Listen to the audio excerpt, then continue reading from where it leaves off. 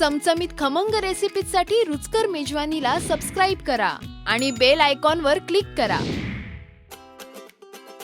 आपण डोसा, इडली, मेदूवडा हे रेग्युलरली बनवतो पण आणि खातो पण साऊथची आणखीन एक स्पेशालिटी आहे डाळ वडा. ती आज मी तुम्हाला दाखवणार आहे. त्याकरता मी घेतली आहे चण्याची डाळ.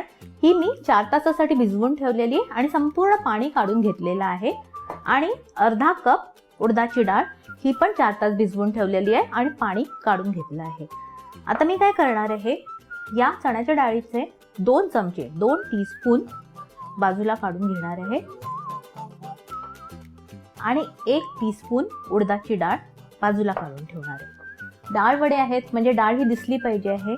आणि आपण ही बाकीची जी डाळ आहे ती ग्राइंड करून घेणार आहोत, पण फार बारीक आपल्याला करायची नाही आहे आणि पाणी अगदी थोडंसं घालायचं आहे.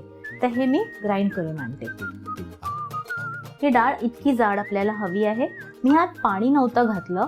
तुम्हाला हवं असलं तर अगदी 1 किंवा 2 टीस्पून पाणी घालू शकता तुम्ही. ही उडदाची डाळ आहे आणि ही चण्याची डाळ आहे. हे आपण मिक्स करूया.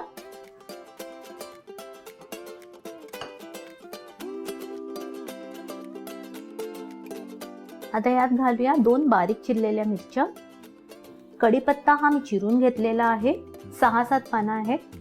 आलं बारीक चिरून घेतलेलं आहे, अर्धा टीस्पून. कोथिंबीर 1 टेबलस्पून. जिरं अर्धा टीस्पून. अर्धा टीस्पून हळद. 2 टीस्पून लाल मिरची पावडर. 1 टीस्पून धणा पावडर. 1 टीस्पून बडीशेप. नेक्स्ट घालूया कांदा. हा 1 कांदा आहे, बारीक चिरून घेतला आहे.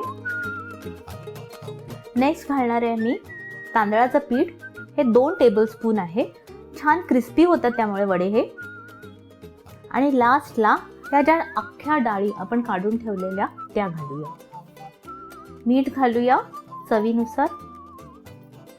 हे मी संपूर्ण हाताने मिक्स करून घेणार आहे.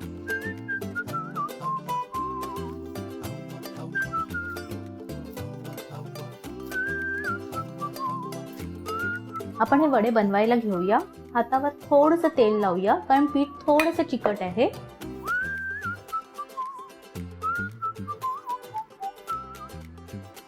फ्लॅट करूया. ही साईज मी ठेवली आहे. तुम्ही ह्यापेक्षा छोटेही बनवू शकता.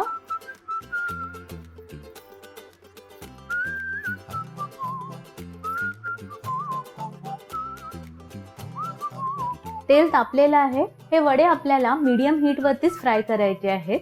तर आपण हे फ्राय करायला घेऊया.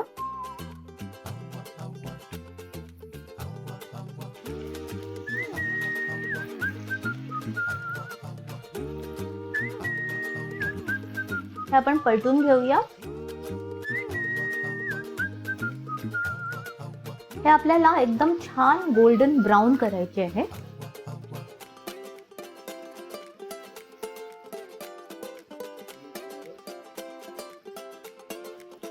हे आपले वडे रेडी झाले. छान कलर आलेला आहे, डार्क गोल्डन ब्राऊन. हे काढून घेऊया आपण.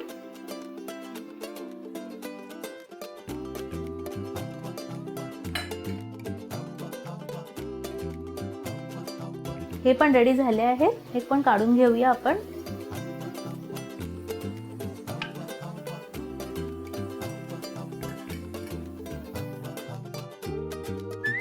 पाहिले ना हे डाळ वडे किती इझी आहेत, एकदम इझी आणि टेस्टी पण.